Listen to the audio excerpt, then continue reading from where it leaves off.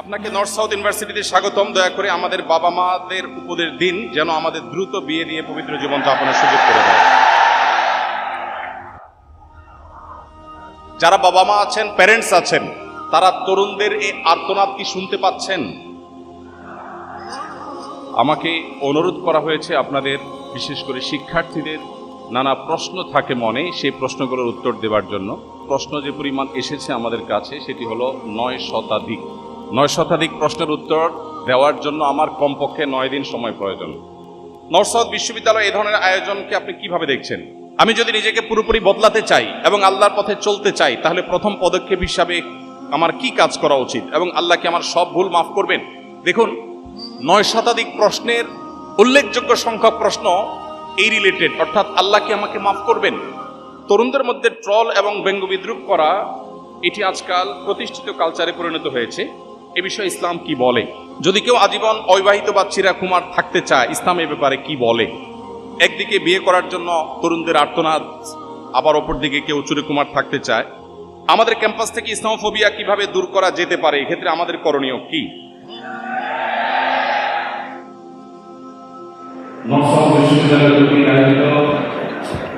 আজকের এই কোরআন কনফারেন্স এবং সিরাত এক্সিবিশনের সম্মানিত সভাপতি, মাননীয় ভিসি মহোদয়, সম্মানীয় অতিথিবৃন্দ, শিক্ষকবৃন্দ, উপস্থিত আমার প্রাণপ্রিয় শিক্ষার্থী এবং অভিভাবকবৃন্দ, আজকের এই চমৎকার আয়োজনে আপনাদের সঙ্গে কিছু কথা শেয়ার করবার সুযোগ করে দেয়ায় রব্বুল আলামিনের কাছে যেমন শুকরিয়া জ্ঞাপন করছি, ঠিক তেমনিভাবে এনএসইউ কর্তৃপক্ষের প্রতিও বিশেষভাবে শুকরিয়া এবং কৃতজ্ঞতা জ্ঞাপন করছি। আল্লাহ রাব্বুল আলামিন তাদের সবাইকে সর্বোত্তম বিনিময় দান করুন। আমাকে অনুরোধ করা হয়েছে আপনাদের, বিশেষ করে শিক্ষার্থীদের নানা প্রশ্ন থাকে মনে, সেই প্রশ্নগুলোর উত্তর দেওয়ার জন্য। আমি আশা করেছিলাম যে হয়তো কিছু প্রশ্ন আসবে, সেটা যে পরিমাণে এত বেশি হবে সেটা আমি অবশ্য কল্পনা করিনি। প্রশ্ন যে পরিমাণ এসেছে আমাদের কাছে সেটি হলো 9 শতাধিক। 9 শতাধিক প্রশ্নের উত্তর দেওয়ার জন্য আমার কমপক্ষে 9 দিন সময় প্রয়োজন। তো সেই সময় নিশ্চয় আমাদের কারোর হাতেই নেই। এই জন্য আমরা খুবই অল্প সংখ্যক প্রশ্নের উত্তর দেব ইনশাআল্লাহ। সেই সাথে আপনাদের সঙ্গে একটি প্রতিশ্রুতি থাকবে আমার, সেটি হলো যে সমস্ত প্রশ্নের উত্তর দেওয়া একান্ত সময়ের স্বল্পতার কারণে সম্ভব হবে না, আমাদের প্রতি সপ্তাহে যে লাইভ অনুষ্ঠান হয়ে থাকে সেখানে ইনশাআল্লাহ ধারাবাহিকভাবে আমরা এই প্রশ্নগুলোর উত্তর দেওয়ার চেষ্টা করব। ওমা তৌফিক ইল্লা বিল্লাহ। আমি শুরুতে একটি বিশেষ কারণে আপনাদের সবাইকে, স্পেশালি আসুন্নাহ ফাউন্ডেশনের সঙ্গে এনএসইউর অনেক স্টুডেন্ট নানা সময় ইনভলভ থেকেছেন। 2024-এর বন্যায় দেশের বিভিন্ন গুরুত্বপূর্ণ জায়গাগুলোতে যখন প্লাবন হয়েছিল, তখন অন্যান্য মানুষদের সাথে এনএসইউর অনেক স্টুডেন্ট, অনেক অভিভাবক, এনএসইউর পরিবারের অনেক সদস্য আমাদের সঙ্গে ভলেন্টিয়ার হিসাবে আমাদের এই মহাকর্মযজ্ঞে সামিল হয়েছেন। সেজন্য আপনাদের সবাইকে অন্তঃস্থল থেকে আমি কৃতজ্ঞতা জ্ঞাপন করছি। সেই সাথে আজকের আয়োজনে আমি আপনাদেরকে একটি অনুরোধ জানিয়ে আমার প্রশ্নোত্তর সেশন আমি প্রবেশ করছি। সেই অনুরোধটি হলো, একটি 2-4-5 ঘন্টা ব্যাপী কোনো অনুষ্ঠানের মধ্য দিয়ে আসলে আমাদের ইসলাম সম্পর্কে পরিপূর্ণ ধারণা পরিষ্কার করা কিংবা আমাদের প্রয়োজনীয় মোটিভেশন নেওয়া, এটা মোটেও যথেষ্ট নয়। আমরা সেই দিনের অনুসারী, যে দিন শুধু কিছু আচার অনুষ্ঠান কিংবা কিছু আয়োজন কেন্দ্রিক নয়। আমরা সেই দিনের অনুসারী যে দিন আমাদেরকে জীবনের প্রতিটি পদক্ষেপে, জীবনের প্রতিটি মুহূর্তে, প্রত্যেকটি উঠা বসা, চলা ফেরা, রাত দিন, প্রতিটি মুহূর্তকে অত্যন্ত চমৎকারভাবে গাইডলাইন করা হয়েছে। সেই গাইডলাইন অনুসরণ করা, এটাই হলো ইসলাম অনুসরণ করা, ইসলাম অনুকরণ করা, ইসলাম পালন করা। অতএব আমাদের সামগ্রিক জীবনে যেন আমরা ইসলামকে সুন্দর করে লালন পালন করতে পারি, ইসলামকে অনুসরণ করতে পারি, আমাদের জীবনকে সাফল্যমণ্ডিত করতে পারি, সেজন্য আমাদের ইসলামকে জানতে হবে। দুর্ভাগ্যের বিষয়, আমরা সাবকন্টিনেন্টে বিশেষ করে যারা মুসলিম হিসেবে নিজেদেরকে পরিচয় দেই, আমাদের ইসলামের প্রতি প্রচণ্ড আবেগ আছে, কিন্তু ইসলাম সম্পর্কে ধারণা বা জ্ঞান আমাদের বেশিরভাগ মানুষের খুবই সীমিত এবং কম। সেজন্য আজকের এই কোরআন কনফারেন্সে আমি আপনাদের প্রতি উদাত্ত আহ্বান রাখতে চাই, জীবনে একবারের জন্য হলেও আল্লাহ রাব্বুল আলামিনের মহাগ্রন্থ কোরআনে কারিমের শুরু থেকে শেষ পর্যন্ত আমরা পড়ে শেষ করব ইনশাআল্লাহ।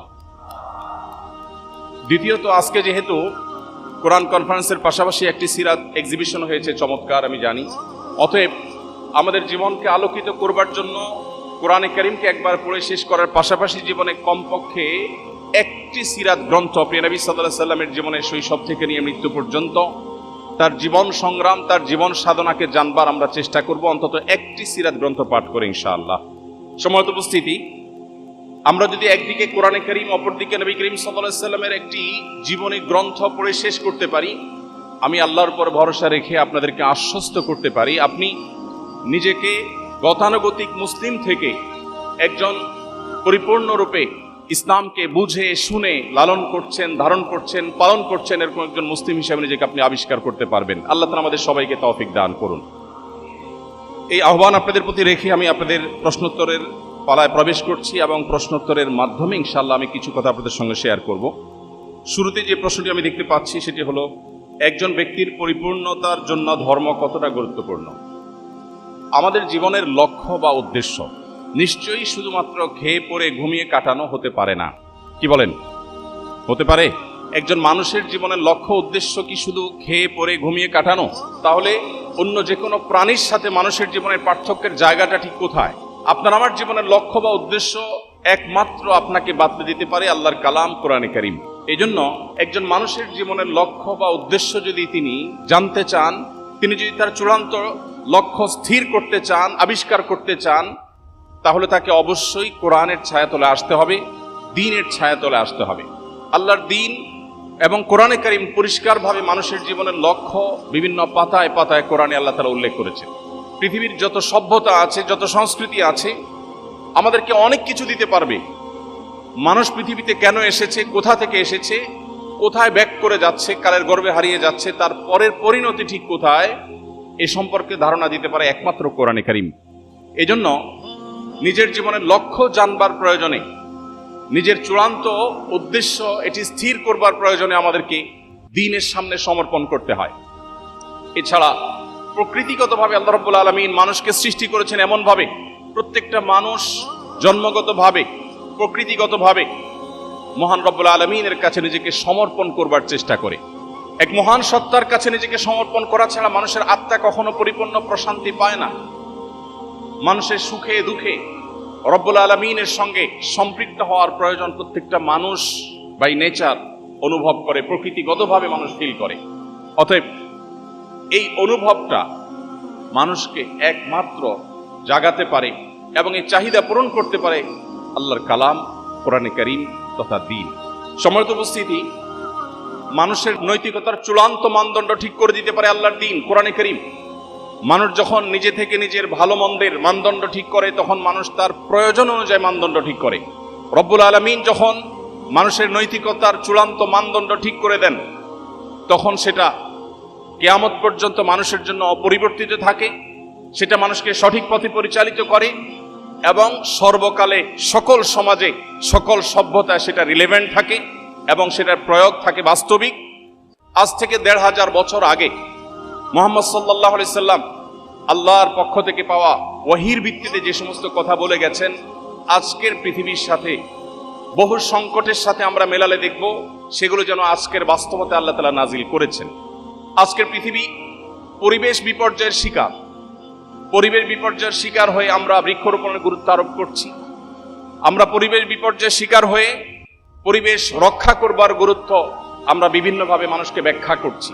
কিন্তু আজ থেকে প্রায় ১৫০০ বছর আগে, যখন পৃথিবীর পরিবেশ বিপর্যস্ত ছিল না, যখন ফ্যাক্টরি রেভলিউশন হয়নি, যখন কালো ধোঁয়ার কারণে মানুষের জীবনযাত্রা ব্যাহত হয়নি, ঠিক সেই সময়ের পৃথিবীতে মহানবী হযরত মুহাম্মদ সাল্লাল্লাহু আলাইহি সাল্লাম এমন কিছু দিক নির্দেশনা দিয়ে গেছেন যেগুলো আজকে প্রায় ১৫০০ বছর পরেও মনে হচ্ছে আজকের প্রেক্ষিতে তিনি দিয়ে গেছেন। তিনি একদিকে বৃক্ষরোপণের গুরুত্ব আরোপ করেছেন। তিনি বলেছেন, তোমাদের কারোর হাতে যদি গাছের কোনো চারা থাকে, অপরদিকে সে দেখতে ইসরাফিল সিংহা ফুৎকার দিতে যাচ্ছেন, সৃষ্টি জগতের সব ধ্বংস হয়ে যাবে, মহাপ্রলয়ের আয়োজন চলছে, এমতো পরিস্থিতিতেও যেন সে তার হাতে থাকা গাছের চারাটি রোপণ করে দেয়। ধ্বংসযজ্ঞ চলবে, মহাপ্রলয় সংগঠিত হবে, আমি এই চারা রোপণ করে কি লাভ হবে সেই চিন্তা না করে একজন মুসলিম তার হাতের চারা রোপণ করবে এবং এই গাছ থেকে যদি কোনো মানুষ, কোনো প্রাণী, কোনো পোকামাকড়, কোনো কীটপতঙ্গ, কোনো পিপিলিকা, যে কোনো প্রাণী সেখান থেকে কোনো কিছু গ্রহণ করে, সেটা অক্সিজেন হতে পারে, খাবার হতে পারে, ছায়া হতে পারে, অন্য কোনো দিক থেকে উপকারিতা হতে পারে। আল্লাহ রাব্বুল আলামিন পরিষ্কারভাবে নবী সাল্লাল্লাহু আলাইহি ওয়াসাল্লামের হাদিস বলছে, ওই ব্যক্তি যিনি গাছ রোপণ করেছেন তাকে মানুষ অন্যান্য প্রাণীদের যত উপকার হবে এই বৃক্ষরোপণের ফলে তার সবগুলোর সওয়াব আল্লাহ তাআলা তাকে দান করবেন। সম্মানিত উপস্থিতি, আজকের পৃথিবী নানা কারণে নারীদের অধিকার নিয়ে সোচ্চার, নারীদের প্রতি যে সমস্ত বৈষম্য হচ্ছে সে সমস্ত বৈষম্য দূর করবার জন্য, জুলুমমুক্ত পৃথিবী গড়বার জন্য আজ আমরা সোচ্চার। আমরা কি জানি ১৫০০ বছর আগে মহানবী মুহাম্মদ সাল্লাল্লাহু আলাইহি সাল্লাম যে কোরআন আল্লাহর কাছ থেকে আমাদেরকে এনে দিয়েছেন, সেই কোরআনে শুধুমাত্র নারীদের সূরা নামে সূরাতুন নিসা নামে একটা বিশাল বড় সূরা আলাদা স্বতন্ত্র আল্লাহ তাআলা নাজিল করেছেন। আমরা কি জানি মুহাম্মদ সাল্লাল্লাহু আলাইহি সাল্লাম সহ বেশিরভাগ নবী রাসূলকে আল্লাহ তাআলা কোনো পুত্র সন্তানের বাবা করেন নাই, কন্যা সন্তানের বাবা করেছেন। ইমাম মালিক রাহমাতুল্লাহ আলাইহি তিনি বলেছেন, আল আম্বিয়া ওয়া আবুল বানাত, বেশিরভাগ নবী রাসূলদেরকে দেখা যায় তারা বেশিরভাগই ছিলেন কন্যাদের বাবা, ছেলেদের বাবা নয়। নবীজি সাল্লাল্লাহু আলাইহি সাল্লাম বলেছেন, কোন বাবা মা যদি কোনো কন্যা সন্তানকে, দুটি কন্যা সন্তানকে সঠিকভাবে লালন পালন করে, কোনো বৈষম্য না করে, অবিচার না করে, জুলুম না করে, তাদেরকে সঠিক দিশা দেয়, আল্লাহ রাব্বুল আলামিন ওই বাবা মাকে জান্নাতে নিবেন, তার গ্যারান্টি এবং দায়িত্ব নবী সাল্লাল্লাহু আলাইহি সাল্লাম নিয়েছেন। সম্মানিত উপস্থিতি, আজকের পৃথিবী যে সমস্ত সংকট দেখছে, আমরা ঢাকায় বসবাস করি, ঢাকায় ফুটপাত দখলের এক মহোৎসব সব সময় চলতে থাকে আমরা জানি। আমরা রাস্তাঘাট দখল করার যে সমস্ত মহড়া দেখি, সেগুলো দেখে প্রত্যেকটা মানুষ ত্যক্ত বিরক্ত। 1400 বছর আগের মক্কায় কয়েকশো বা কয়েক হাজার মানুষের বসবাস ছিল। মরুভূমির এই বিশাল দেশে রাস্তায় কখনো যানজট হতে পারে সেই চিন্তাও মানুষের ছিল না। তিনি সেই সময় বলেছেন, ইয়াকুমুল জুলুসা আলাত তারিক, খবরদার কেউ রাস্তা দখল করে বসবে না। আপনি যদি কিয়ামত পর্যন্ত মানবতার প্রতিটি সংকটের সমাধান চান, তাহলে সেই সমাধানের সূত্র খুঁজে পাবেন কোরআনে এবং নবী সাল্লাল্লাহু আলাইহি সাল্লামের হাদিসে। এজন্যই একজন মানুষের জীবনে ধর্ম, একজন মানুষের জীবনে আরো স্পেসিফিকলি বললে শুধু ধর্ম নয়, প্রচলিত অর্থে ধর্ম নয়, বরং দ্বীন অত্যন্ত গুরুত্বপূর্ণ। দ্বীন ছাড়া আমরা কেউ আমাদের জীবনের লক্ষ্য, আমাদের জীবনের মূল উদ্দেশ্য, আমরা কেন এসেছি, আমরা কেন খেয়ে পরে বেঁচে থাকি, আমাদের জীবনের এই লক্ষ্য আমরা স্থির করতে পারবো না। সম্মানিত উপস্থিতি, আল্লাহ রাব্বুল আলামিনের কাছে একমাত্র মনোনীত দিন, আল্লাহ বলেছেন, ইন্নাদ দীনা ইনদাল্লাহিল ইসলাম, আল্লাহর কাছে একমাত্র মনোনীত দিন ইসলাম। এটি কোনো মানুষের বানানো নয়, এটি আল্লাহর পক্ষ থেকে তার রাসূলের মাধ্যমে এসেছে আমাদের কাছে। অন্যান্য মানব রচিত ধর্মের মতো এটাকে কোনো প্রচলিত ধর্ম মনে করলে এটি হবে আমাদের সবচেয়ে বড় ভুলের জায়গা। রব্বে কারীম আমাদের সবাইকে পরিপূর্ণ দ্বীনের অনুসরণ করবার তৌফিক দান করুন। এরপরে প্রশ্ন হলো, আমাদের যেহেতু পড়ালেখার অনেক চাপ থাকে, মাঝে মাঝে দ্বীন এবং দুনিয়া একসাথে ম্যানেজ করা অনেক কঠিন হয়ে পড়ে, তখন অনেক হতাশ হয়ে পড়ি। আমি এমন সিচুয়েশন থেকে কিভাবে বের হয়ে আসবো এবং কিভাবে দ্বীন এবং দুনিয়া একসাথে ম্যানেজ করতে পারবো? অত্যন্ত গুরুত্বপূর্ণ আরেকটি প্রশ্ন। এই প্রশ্নগুলো হয়তো আমাদের অনেকের, সুনির্দিষ্ট কোনো স্টুডেন্ট হয়তো প্রশ্ন করেছেন, কিন্তু এই প্রশ্নের সাথে আমাদের অনেকেরই জীবনের সম্পর্ক আছে। এটি হয়তো আমাদের অনেকের মনের প্রশ্ন। আমাদের জীবনে দ্বীন এবং দুনিয়াকে চমৎকারভাবে সমন্বয় করবার সূত্র কোরআন বলে দিয়েছে। আল্লাহ তাআলা কোরআনে কারিমে বলেছেন, সেই মানুষদের প্রশংসা করে যারা আল্লাহর কাছে দোয়া করে বলে, রব্বানা আতিনা ফিদ দুনিয়া হাসানাহ ওয়া ফিল আখিরাতি হাসানাহ ওয়া কিনা আযাবান নার। যে মানুষরা আল্লাহর কাছে দোয়া করে নিবেদন করে বলে, আল্লাহ দুনিয়াতে আপনার কাছে আমি কল্যাণ চাই, আখিরাতেও আপনার কাছে আমি কল্যাণ চাই, আল্লাহ রাব্বুল আলামিন সেই মানুষদের প্রশংসা করেছেন। এখানে অত্যন্ত চমৎকারভাবে দুনিয়া এবং আখিরাতের সমন্বয় করা হয়েছে। আপনারা সবাই কম বেশি জেনে থাকবেন, নবী করিম সাল্লাল্লাহু আলাইহি সাল্লামের জীবনে একটি ঘটনা ছিল। তার সাহাবীদের কয়েকজন উৎসুক হয়ে নবীজি সাল্লাল্লাহু আলাইহি সাল্লামের ব্যক্তিগত জীবনযাত্রাকে তারা গভীরভাবে পর্যবেক্ষণ করবার সিদ্ধান্ত গ্রহণ করলেন। তারা নিবিড়ভাবে পর্যবেক্ষণ করে দেখলেন যে মুহাম্মদ সাল্লাল্লাহু আলাইহি সাল্লাম বিশেষ কোনো আমল করেন কিনা যেটা তারা জানেন না। কিন্তু তারা গভীরভাবে পর্যবেক্ষণ করে দেখলেন না, এমন কোনো স্পেশাল আমল নাই। 5 ওয়াক্ত নামাজ তিনি পড়ছেন, তাও আবার কোরআনে বলে দিয়েছে, ফাইদা কুদিয়াতিস সালাত ফান্তাশিরু ফিল আরদি ওয়াবতাগু মিন ফাদলিল্লাহ। নামাজ শেষ হয়ে গেলে মসজিদ থেকে বেরিয়ে পড়ো, জীবিকা নির্বাহের জন্য, জীবিকা আহরণ করবার জন্য তুমি আল্লাহর জমিনে ছড়িয়ে পড়ো। তো মুহাম্মদ সাল্লাল্লাহু আলাইহি সাল্লাম সেই আয়াতের উপর আমল করছেন। তিনি সারাদিন আমলে মগ্ন থাকছেন না, শুধুমাত্র আমল ও ইবাদতই করছেন না, তিনি দ্বীন এবং দুনিয়াকে অত্যন্ত চমৎকারভাবে সমন্বয় করছেন। তার জীবনযাত্রা দেখে ওই কয়েকজন সাহাবী তারা নিজেদের মধ্যে বলাবলি করলেন যে মুহাম্মদ সাল্লাল্লাহু আলাইহি সাল্লাম আল্লাহর নবী এবং রাসূল, তার ব্যাপারটি ভিন্ন, আমরা কি এভাবে করলে চলবে? তাহলে আমরা কি করব? আমরা আমাদের জীবনে আল্লাহর ইবাদতের জন্য পরিপূর্ণভাবে পুরো জীবনকে আমরা উৎসর্গ করব। তখন ওই কয়েকজন সাহাবী সিদ্ধান্ত নিলেন। একজন বললেন, আমি জীবনে কখনো আর বিবাহ করব না, সারা জীবন শুধু ইবাদত বন্দি করব, সংসারের ঝামেলা আমি যাব না। আরেকজন বললেন, আমি প্রতিদিন রোজা রাখবো, আমার জীবনে আর কখনো দিনের বেলা পানাহার করব না, সারা জীবন আমি নফল রোজা রাখবো। এভাবে এক একজন যখন এক একটা সংকল্পের কথা ব্যক্ত করছেন, নবীজি ইতিমধ্যে হাজির হয়েছেন এবং তাদের কথা শুনেছেন। তিনি বলেছেন, তোমরা কি আলাপ করছিলে? তখন তারা বললে, আল্লাহ রাসূল, আমরা এই আলাপ করেছি। নবীজি বলেছেন, দেখো, তোমাদের চাইতে আল্লাহকে আমি সবচেয়ে বেশি ভয় করি, অথচ আমি কোনোদিন রোজা রাখি, নফল রোজা, আবার কোনোদিন পানাহার করি। আমি বিবাহ করেছি, আমার সংসার আছে, আমার জীবন আছে, আমার পরিবার আছে, আমার দুনিয়ার ব্যস্ততা আছে। আমি শুধুমাত্র ধর্ম বা দিন পালন করতে গিয়ে আমার দুনিয়াকে এক পাশে রেখে ঠেলে দিয়ে দুনিয়াকে আমি ভুলে গিয়ে আমার জীবন যাপন করিনি। আবার অপরদিকে দুনিয়ার মধ্যে, বস্তুবাদের মধ্যে হাবুডুবু খেয়ে আমার আখিরাতকে, অনন্তকালকে আমি ভুলে যাইনি। নবী সাল্লাল্লাহু আলাইহি ওয়াসাল্লাম দিন এবং দুনিয়াকে অত্যন্ত চমৎকারভাবে সমন্বয় করবার যে দিশা তাদেরকে দিয়েছেন, সেটি হলো আপনার প্রশ্নের উত্তর। অর্থাৎ আমরা যদি মুহাম্মদ সাল্লাল্লাহু আলাইহি ওয়াসাল্লামকে পরিপূর্ণভাবে অনুসরণ করি, আমরা যদি কোরআনের পাতা খুলে আমাদের জীবনের গাইডলাইন গ্রহণ করি, তাহলে ইনশাআল্লাহ তাআলা আমাদের জীবনে অনাস্থা, হতাশা, বিশেষ করে আজকে ঘরে ঘরে ডিপ্রেশন, গত কয়েক বছরে বিশেষ করে কোভিড-19 সময় আমাদের তরুণদের মধ্যে, বিশ্ববিদ্যালয় পড়ুয়া শিক্ষার্থীদের মধ্যে প্রচুর পরিমাণ ফ্রাস্ট্রেশন, প্রচুর পরিমাণ হতাশা, প্রচুর পরিমাণে আত্মবিশ্বাসের অভাব দেখা দিয়েছে। অনেক তরুণরা আত্মহত্যার পথে পর্যন্ত পা বাড়িয়েছে। সম্মানিত উপস্থিতি, আপনি যদি আপনার জীবনের লক্ষ্য খুঁজে পেতে চান, আপনি যদি মানসিক প্রশান্তি চান, আল্লাহ বলেছেন, আলা বিযিকরিল্লাহি তাতমাইন্নুল কুলুব। তুমি যদি আল্লাহকে স্মরণ করতে পারো, তুমি যদি আল্লাহকে স্মরণে রাখতে পারো, তাহলে এটা তোমার অন্তরকে প্রশান্ত করবে। অতএব আপনার হতাশা দূরের জন্য আপনি কোরআন এক হাতে তুলে নিন, অপর হাতে সিরাতে রাসূল তুলে নিন, ইনশাআল্লাহ আপনার হতাশা আল্লাহ তাআলা দূর করবেন। এরপরে প্রশ্ন হলো, এই ফিতনা সংকুল সময় আমরা কিভাবে আমাদের ঈমান মজবুত ও অটুট রাখতে পারি? কিয়ামতের আগে পৃথিবীতে এমন একটা পরিবেশ আসবে, জ্বলন্ত কয়লা হাতে রাখা যত কঠিন হবে, মানুষের জন্য ঈমান বক্ষে ধারণ করে রাখা সেরকম কঠিন হবে। আজকে পৃথিবীর যেদিকে তাকাবেন আপনি দেখবেন ইসলামোফোবিয়া, চতুর্দিকে আপনি দেখবেন ইসলামের প্রতি ভীতি ছড়ানো হচ্ছে। মানুষ দিন পরিপালন করবে, দিন প্রতিপালন করবে, তার দিনকে অনুসরণ করবে, আল্লাহর দাসত্ব করবে, এটা আজকের পৃথিবীতে সবচেয়ে কঠিন এবং সবচেয়ে বাধা দেওয়া হয় এমন একটি বিষয়ে পরিণত হয়েছে। অতএব এটাকে বলা হয় ফিতনা সংকুল সময়। আপনি চান ভালো পথে চলতে, কিন্তু চলতে পারেন না। আপনি চান জান্নাতের পথে যেতে, কিন্তু জান্নাতের পথে এবং জাহান্নামের পথে এমন এমন কাটা বিছানো আছে যে আপনার জন্য সেটা অতিক্রম করা কঠিন। সময়ত উপস্থিতি, এই ফিতনা সংকুল সময় ঈমানকে মজবুত করবার জন্য একদিকে আমাদের কোরআন এবং সুন্নাহকে আঁকড়ে ধরতে হবে, অপরদিকে আমাদেরকে একটি দ্বীনি এনভায়রনমেন্টের মধ্যে নিজেদেরকে রাখতে হবে, এবং তৃতীয়ত আমাদেরকে আল্লাহর কাছে দোয়া করতে হবে, রব্বানা লা তুযিগ কুলুবানা বা'দা ইয হাদাইতানা ওয়া হাব লানা মিন লাদুনকা রাহমাহ ইন্নাকা আনতাল ওয়াহ্হাব। হে আল্লাহ, আপনি আমাকে হেদায়েত দেওয়ার পর আর আমাকে পথভ্রষ্ট করবেন না, আমাকে হেদায়েতের উপর অটল রাখুন। রব্বে কারীমের কাছে আমাদের দোয়া অনবরত অব্যাহত রাখতে হবে। এরপরে প্রশ্ন হলো, ওযু ছাড়া ইস্তিগফার ও দুরূদ পড়া যাবে কিনা?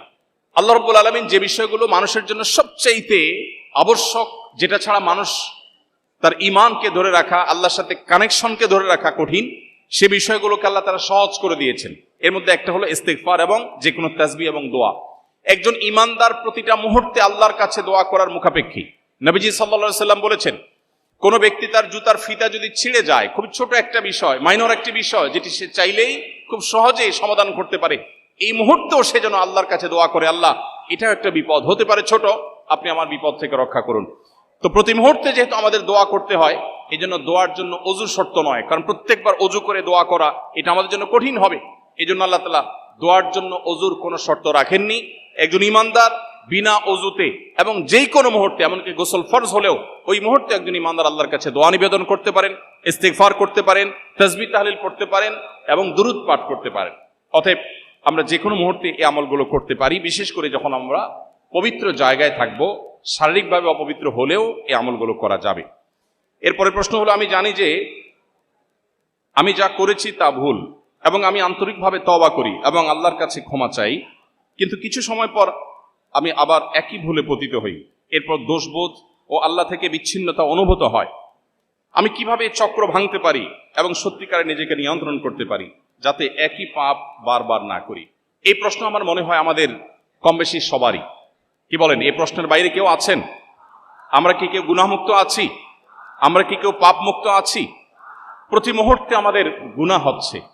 যিনি প্রশ্ন করেছেন আমি তাকে অ্যাপ্রিসিয়েট করছি, কারণ একজন মানুষ গুনাহে লিপ্ত হওয়ার পর তার মধ্যে যে অপরাধ বোধ জাগ্রত হয়, তার মধ্যে যে আল্লাহর সামনে জবাবদিহি করার বোধ জাগ্রত হয়, এটাই হলো মানুষের জীবনের সবচেয়ে বড় মূল্যবান সম্পদ। একজন ইমানদারের জীবনের সবচেয়ে ভালো জিনিস হলো এটি।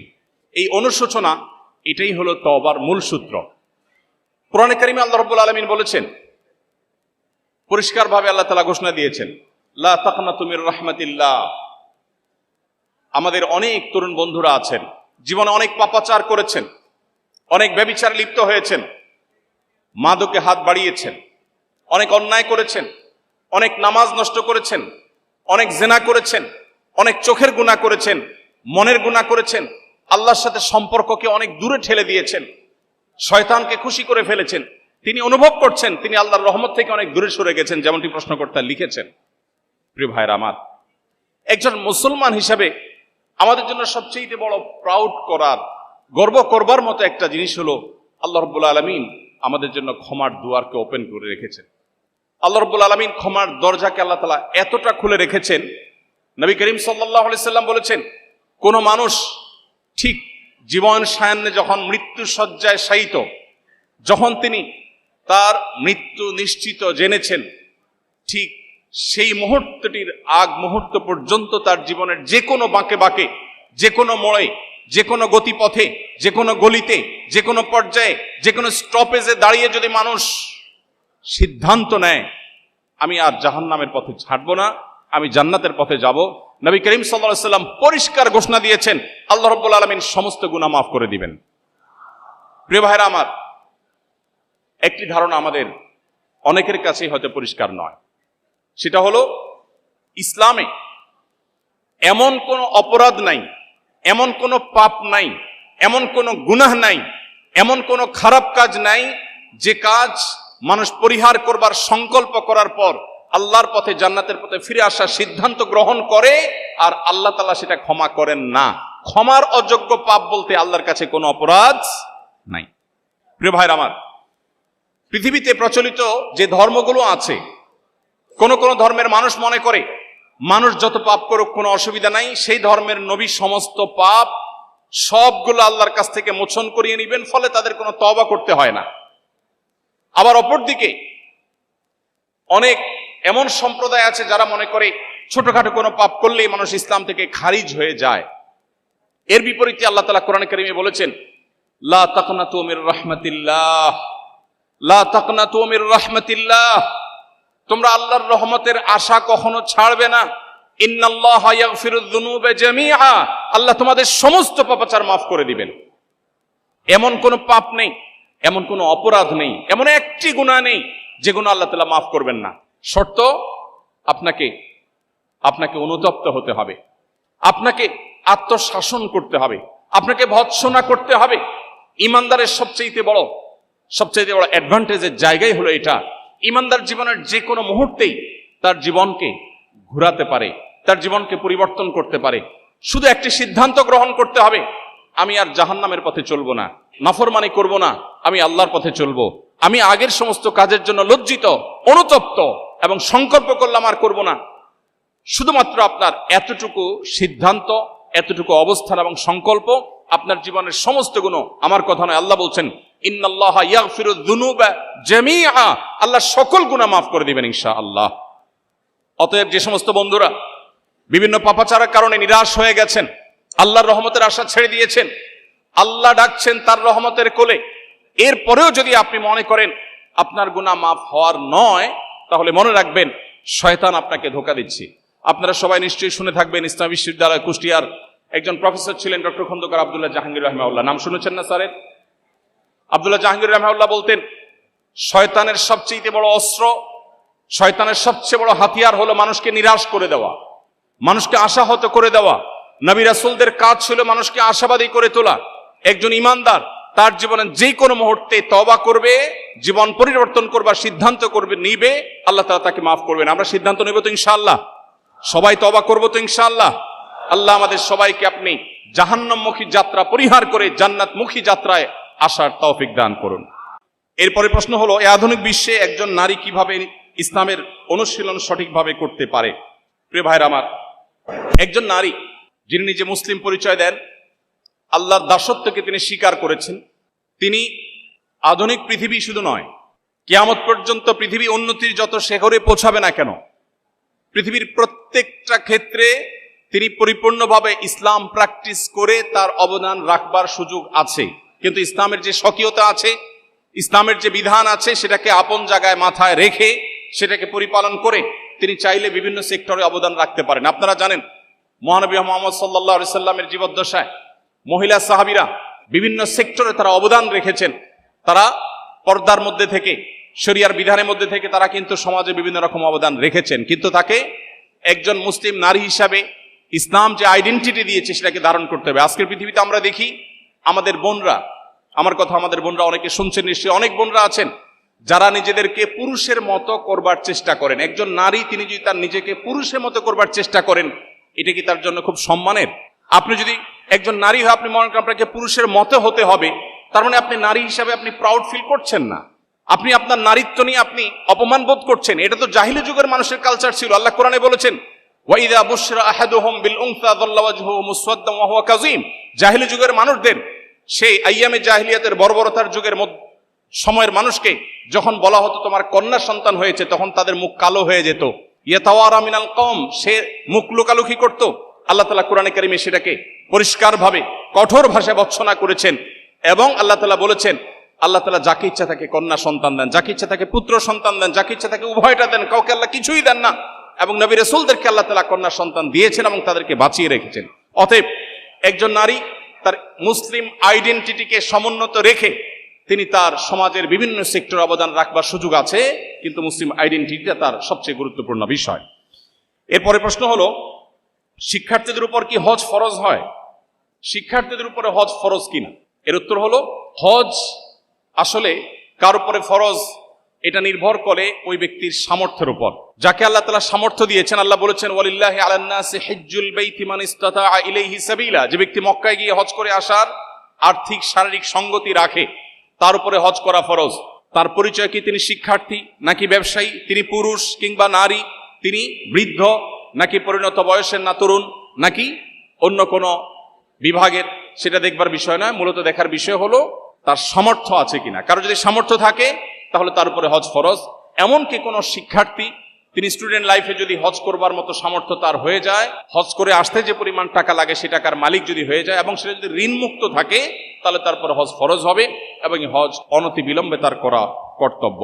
হ্যাঁ, কোন শিক্ষার্থী যদি বাবার অনেক সম্পদ থাকে, তার নিজের কোনো সম্পদ না থাকে, তাহলে শরীয়ত তার উপরে হজের এই বিধানকে আরোপ করে না। এরপরে প্রশ্ন হলো, তরুণদের মধ্যে ট্রল এবং ব্যঙ্গ বিদ্রুপ করা এটি আজকাল প্রতিষ্ঠিত কালচারে পরিণত হয়েছে। এ বিষয়ে ইসলাম কি বলে? খুবই গুরুত্বপূর্ণ একটি বিষয়। বিশেষ করে আমাদের তরুণদের মধ্যে ব্যাপকভাবে দেখা যায় সোশ্যাল মিডিয়াতে আমরা একে অন্যকে নিয়ে ট্রল করি, ব্যঙ্গ করি, বিদ্রুপ করি, হাসাহাসি করি। ইসলাম আমাদেরকে শুষ্ক কোনো জীবন ব্যবস্থা দেয়নি, বরং ইসলাম আমাদেরকে যে জীবন ব্যবস্থা দিয়েছে এখানে বিনোদনের সুযোগ আছে। আমাদের প্রিয় নবী সাল্লাল্লাহু আলাইহি সাল্লাম একদিন এক ব্যক্তিকে বললেন, এই দুই কানওয়ালা এদিকে আসো। এক ভদ্রলোককে ডাকলেন, একজন সাহাবীকে ডাকলেন, ইয়া সাহেবাল উজনাইন আও ইয়া জাল উজনাইন, অর্থাৎ হে এই ব্যক্তি যার দুইটা কান আছে তুমি এদিকে আসো। এখন দুই কান নেই কার? সবারই দুই কান আছে। এটা তার রসিকতা ছিল। নবী সাল্লাল্লাহু আলাইহি সাল্লামের জীবনে এরকম বহু রসিকতা করেছেন যেটা মানুষের মধ্যে হাস্যরস সৃষ্টি করেছে।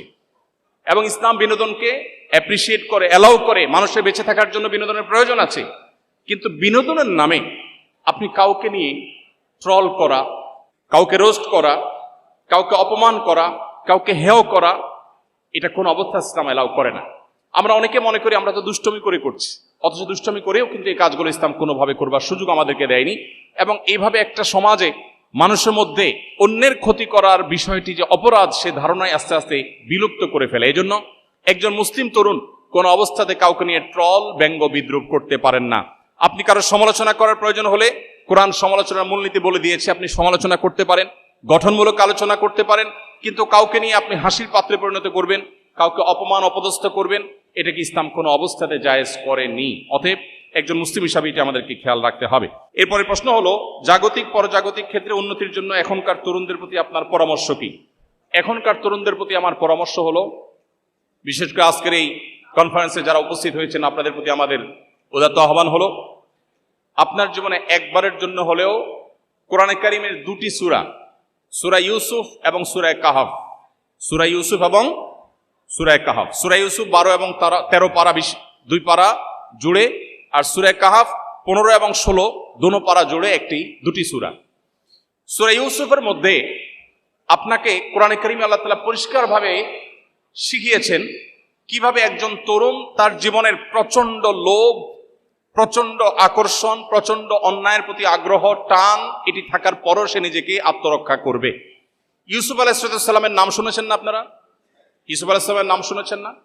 ইউসুফ আলাইহিস সালামের সামনে হারামের হাতছানি ছিল কি ছিল না? ইউসুফ আলাইহিস সালাম নিজেকে বাঁচিয়ে রেখেছেন, আত্মরক্ষা করেছেন। আল্লাহ রাব্বুল আলামিন কোরআনে কারিমে সেটা উল্লেখ করেছেন। ডক্টর খন্দকার আব্দুল্লাহ জাহাঙ্গীর রাহিমাহুল্লাহ আরেকটি উক্তি আপনাদের সঙ্গে শেয়ার করতে চাই। স্যার বলতেন, এ যুগে তরুণরা কেউ যদি গভীর রাতে উঠে তাহাজ্জুদের নামাজ পড়ে, কেউ যদি অনেক নফল নামাজ পড়ে, অনেক কোরআন তেলাওয়াত করে, অনেক চোখের পানি ফেলে, এর চাইতে বেশি গুরুত্বপূর্ণ হলো কোন তরুণ যদি তার চরিত্রকে কালিমা মুক্ত রাখতে পারে।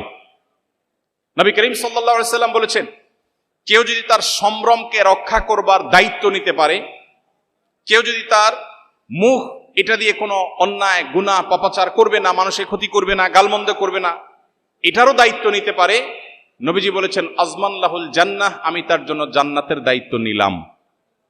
প্রিয় ভাইরা, তরুণদের জন্য এই কাজটা সবচেয়ে কঠিন কাজ। আজকে এমন একটা সমাজে আমরা বসবাস করছি যে চরিত্রে কোনো কালিমা লাগেনি, সে তারুণ্য আজ খুঁজে পাওয়া বড় কঠিন হয়ে গেছে, সোনার হরিণ হয়ে গেছে। অথচ কয়েকটি প্রশ্নের উত্তর দেওয়া ছাড়া একটা মানুষ কিয়ামতের দিন তার পা নাড়াতে পারবে না।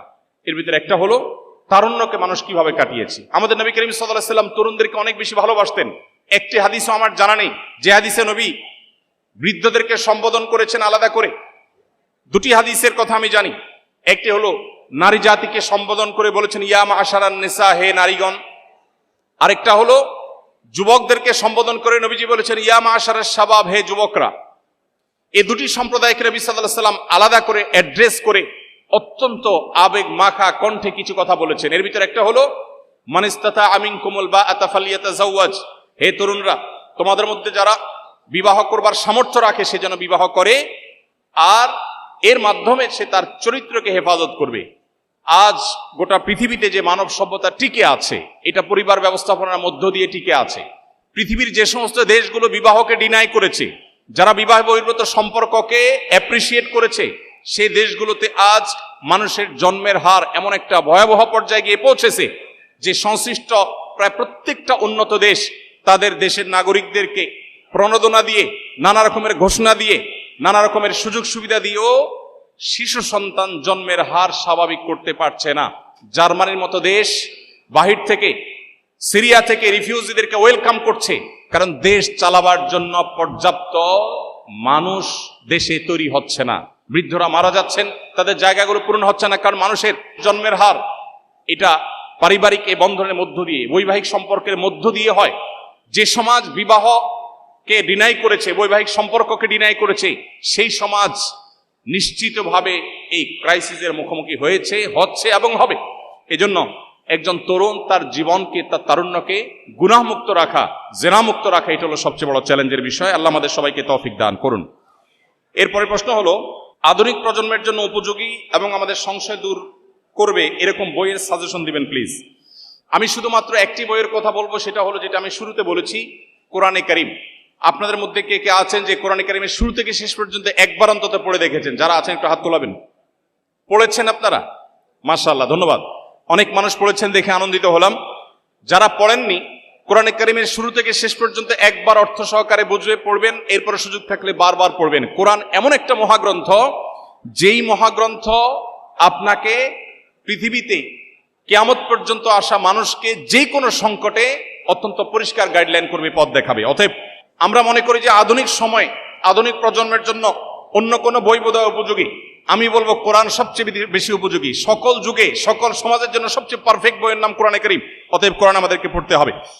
এরপরে প্রশ্ন হলো, পড়াশোনায় প্রোডাক্টিভিটি বাড়াতে কোন সুন্নাহ বিশেষভাবে পালনীয়? শুধু পড়াশোনা নয়, আমাদের পুরো জীবনে সামগ্রিকভাবে জীবনে যদি প্রোডাক্টিভিটি বাড়াতে চাই, জীবনে বরকত যদি আনতে চাই, দুটি সুন্নাহ আমল করতে হবে। কয়টি সুন্নাহ? দুটি। নাম্বার 1, আমাদের জীবনে রাতে তাড়াতাড়ি শোয়ার অভ্যাস করতে হবে। রাতে তাড়াতাড়ি শোয়া সুন্নাত, এটাকে আমরা জানি, অনেকে হয়তো জানি না।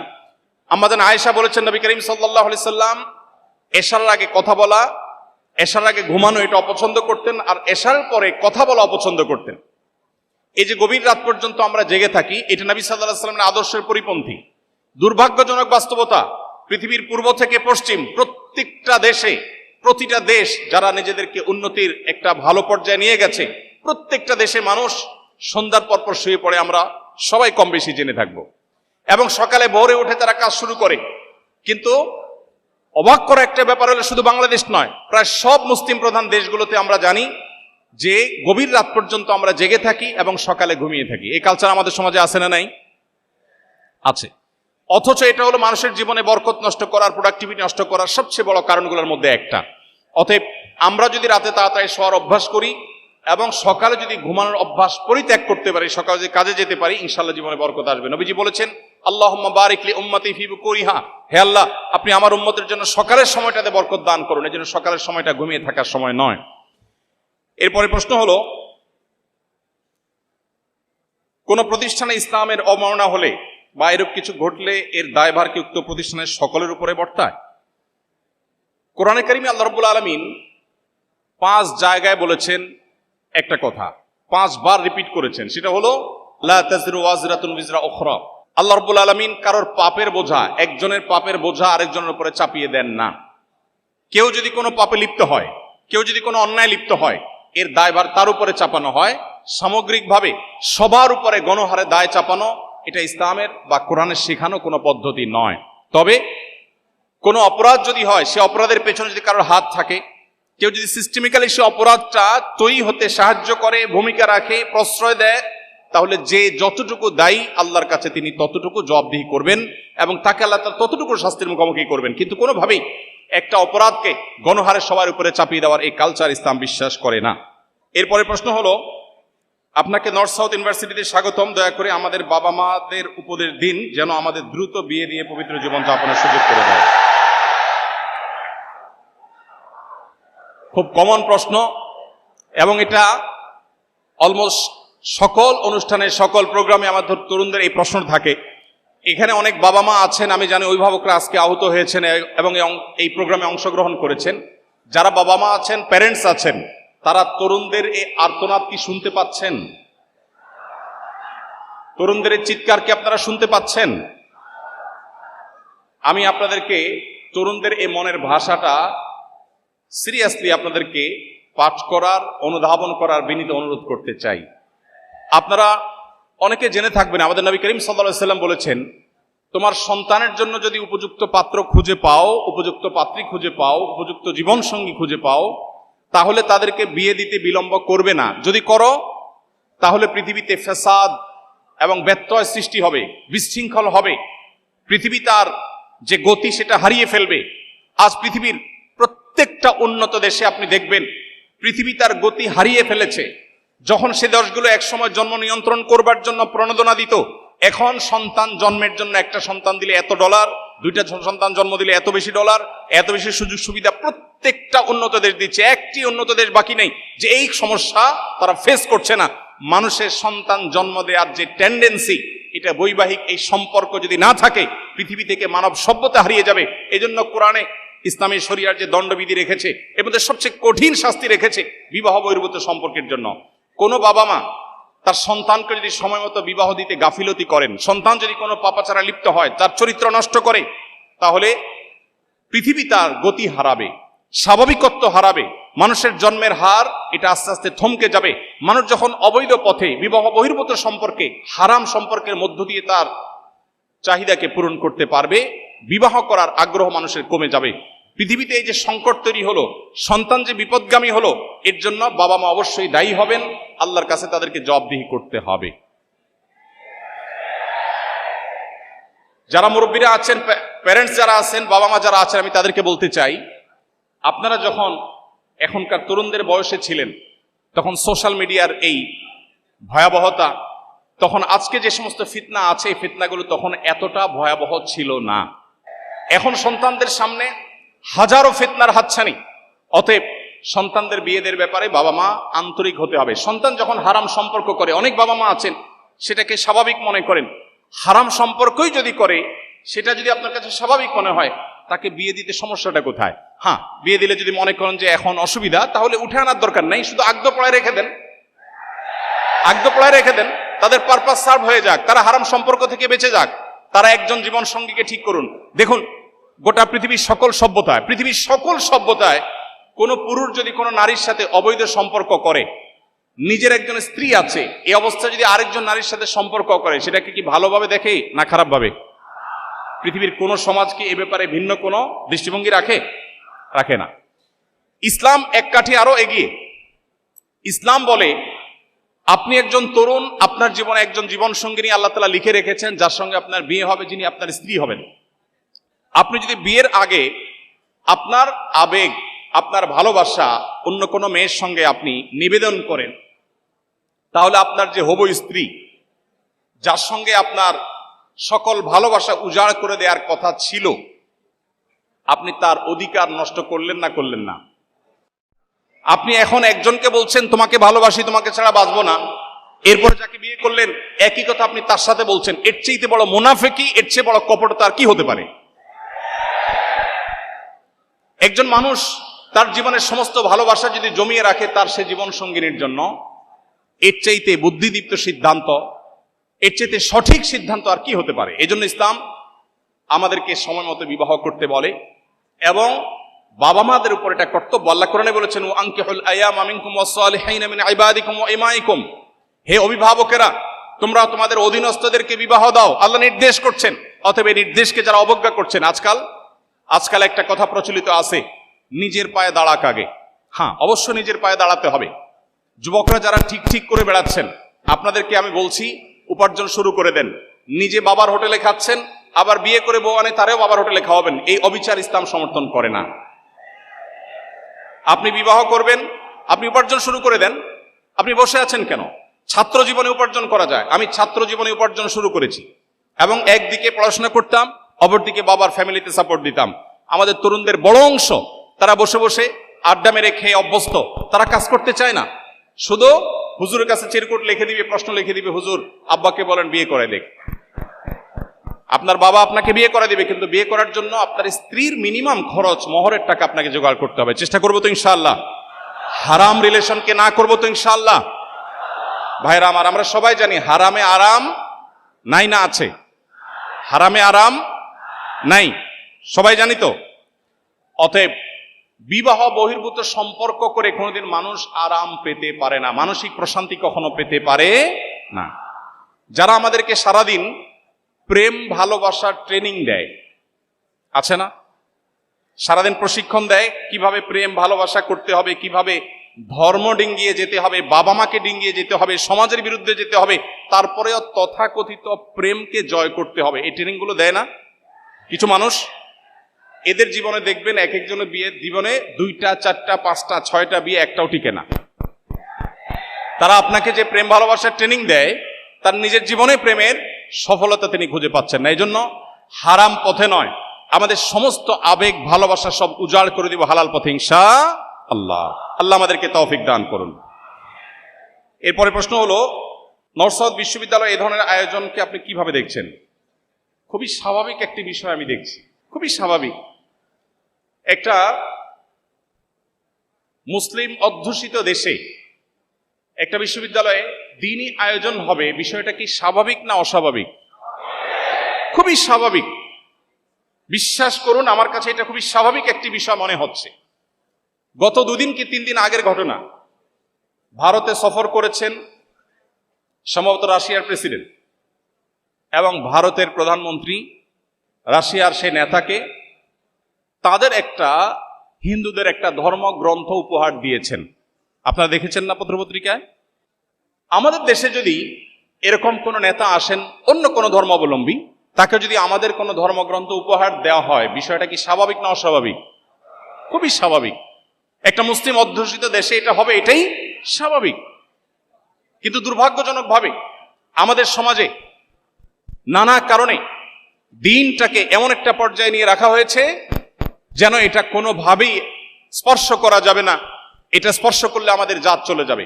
এজন্য আমি বিনীতভাবে অনুরোধ করতে চাই, এই বিষয়গুলোকে খুব স্বাভাবিকভাবে আমাদের নিতে হবে। দিন আমাদেরকে সেটা শিখায় এবং সেটা আমাদের অবশ্যই অধিকারের অংশ। এরপরে প্রশ্ন হলো, একজন বিশ্ববিদ্যালয়ের ছাত্র হিসাবে কিভাবে তাওহীদ এবং সুন্নাহর পথে দাওয়াত দিতে পারি? একজন বিশ্ববিদ্যালয়ের শিক্ষার্থী হিসাবে আপনি তাওহীদ এবং সুন্নাহর পথে দাওয়াত দেওয়ার জন্য সবকিছুর আগে প্রয়োজন আপনার ইসলামের বেসিক জ্ঞান অর্জন করা। ইসলাম সম্পর্কে বেসিক নলেজ অর্জন করলে আপনি যেটুকু জানেন সেটুকু আপনি পৌঁছাতে পারেন। ইসলাম শুধুমাত্র আলেমদেরকে ধর্ম প্রচারের দায়িত্ব দেয়নি। আল্লাহ কোরআনে কারিমে পরিষ্কারভাবে বলেছেন, নারী হোক আর পুরুষ হোক, যে কেউ সৎ কাজের আদেশ এবং অসৎ কাজে বাধা প্রদান করতে। এরপরে প্রশ্ন হলো, দিনে ফেরার পর আবারও দিন হারিয়ে ফেলেছি, যার ফলে হতাশ হয়ে আছে, যার ফলে হতাশা আছে, আপনার উপদেশ ও পরামর্শ চাই।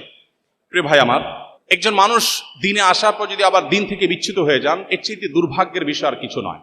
যিনি প্রশ্ন করেছেন তিনি নিজে বলছেন যে তিনি হতাশ হয়ে গেছেন, দিন থেকে আবার ব্যাক করেছেন, এজন্য হতাশ হয়ে গেছেন। এই জায়গাটাতে ভাববার যথেষ্ট সুযোগ আছে। একজন মানুষ প্রকৃতিগতভাবে মহান রব্বুল আলামিনের কাছে, সৃষ্টিকর্তার কাছে নিজেকে সমর্পণ করতে চায়, তার একান্ত মনের কথাগুলো কাউকে বলতে চায়।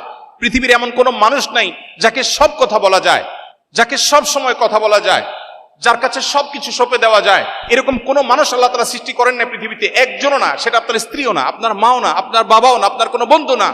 আপনার জীবনে এমন বহু মুহূর্ত আছে যে মুহূর্তে একান্তে আপনার মনের কথাগুলো বলতে হয়। আল্লাহর কসম, সেটা আল্লাহ রাব্বুল আলামিন ছাড়া আর কোন সৃষ্টি জগতের আর কোন সদস্য, আর কোন সত্তা কেউ নেই।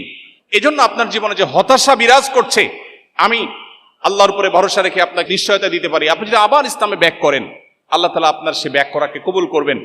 বাবা মা বা পৃথিবীতে অনেক মানুষ একবার যদি কেউ বিপদগামী হয়ে যায় তাকে হয়তো ওয়েলকাম করে না, কিন্তু ইসলাম আমাদেরকে, কেউ যদি ভুল পথে চলে যায় আবার সে ফিরে আসতে চায়, আমি যেটা একটু আগে বলছিলাম, মৃত্যুর আগ মুহূর্ত পর্যন্ত তার জন্য সে দুয়ার খোলা থাকে। অতএব আপনি আবার ইসলামের ছায়াতলে আসুন, আবারও কোরআন হাতে তুলে নিন, আবারও হাদিস আপনি বুকে টেনে নিন, আবারও আপনি সিরাত ধারণ করুন।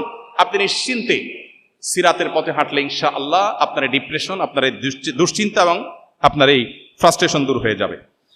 এরপরে প্রশ্ন হলো, যদি কেউ আজীবন অবিবাহিত বা চিরাকুমার থাকতে চায়, ইসলাম এ ব্যাপারে কি বলে? একদিকে বিয়ে করার জন্য তরুণদের আর্তনাদ, আবার অপর দিকে কেউ চিরকুমার থাকতে চায়।